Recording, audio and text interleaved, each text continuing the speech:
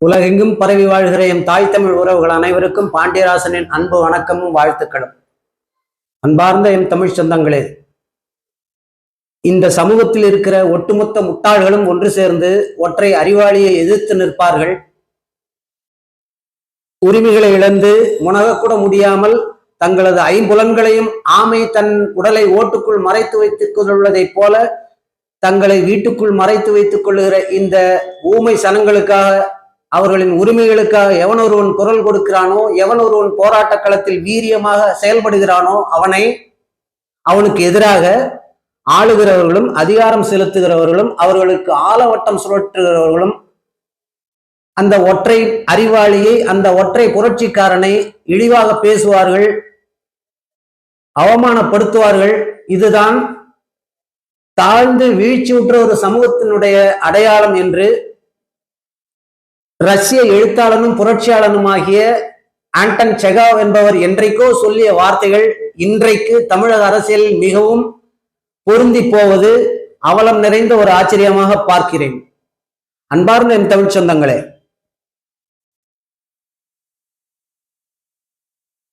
கூடங்குளத்தில் அமைந்திருக்கிற இந்த 5 அணு உலைகளும் கடலுக்கு பக்கத்தில் இருந்தால்தான் அந்த அணு உலையினுடைய ரியாக்டர்களை குளிர்விக்க தொடர்ச்சியாக தண்ணீரை எளிதாக எடுத்துக்கொள்ள முடியும் என்ற காரணத்தை சொல்லி கூடங்குளத்தில் 5 அணு உலைகள் அமைக்கப்பட்டிருக்கின்றன.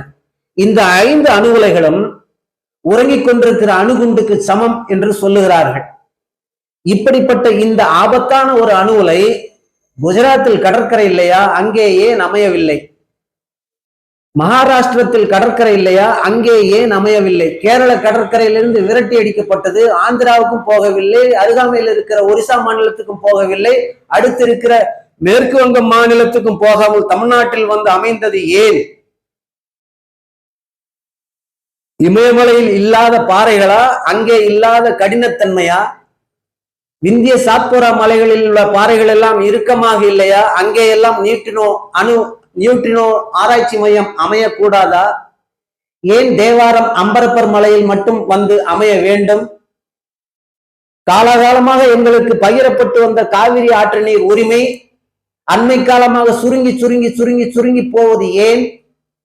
எங்களுக்கு உரிமையான முல்லை பெரியாறு ஆற்று நீர் ஏன் எங்களுக்கு முறையாக கொடுக்கப்படுவதில்லை? ஏன் அதனுடைய நீர்பிடிப்பு பகுதியை அதிகப்படுத்துவதில்லை ஏன் என்ற கேள்வி. தென்பெண்ணை ஆற்றில் சற்று ஏறக்குறைய 200 கிலோமீட்டருக்கு மேல் பாய்கிற எங்கள் தமிழ்நாட்டில் பாலாறு பாழாய் போன ஆறாக மாறி போனது. இதற்கெல்லாம் யார் காரணம்? எங்கள் மலைகள் எல்லாம் வெட்டி எடுத்து அண்டை மாநிலங்கள் கடத்தப்படுகிறதே ஏன்?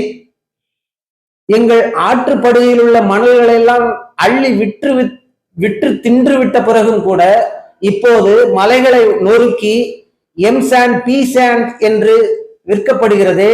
இதையெல்லாம் யார் தடுப்பது? எப்படி தடுப்பது?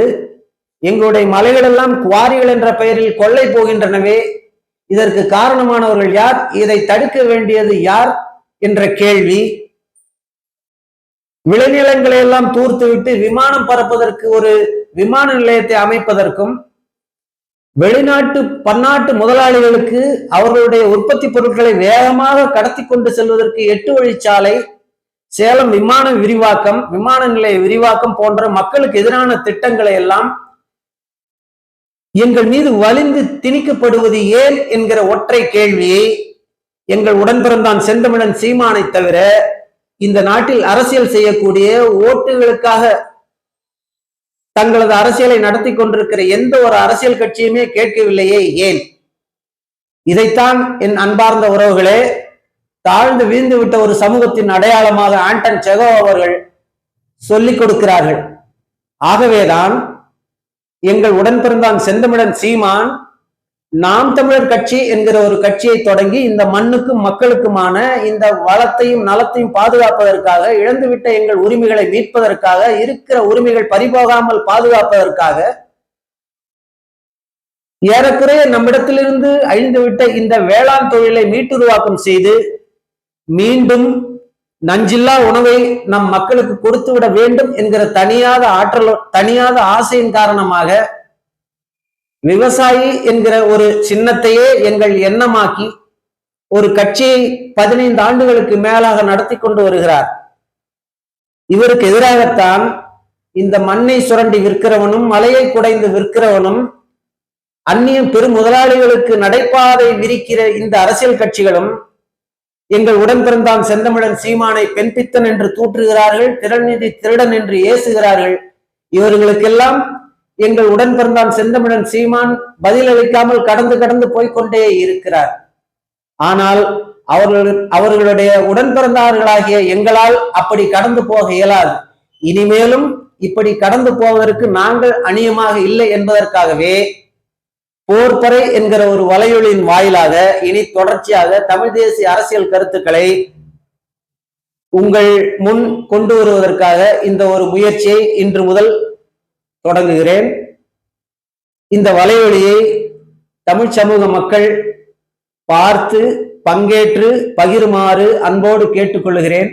இனி தொடர்ந்து நாளிதழ்களில், வார இதழ்களில் அல்லது இன்ன பிற வலையொலிகளில் தமிழ் தேசிய அரசியலுக்கு எதிராகவும் எங்கள் உடன் பிறந்தான் செந்தமிழன் சீமானுக்கு எதிராகவும் வருகிற அத்தனை கேள்விகளுக்கும் பதிலளிக்கிற விதமாக அவர்களை எதிர்த்து போராடுகிற ஒரு போர் படைக்கலனாக நமது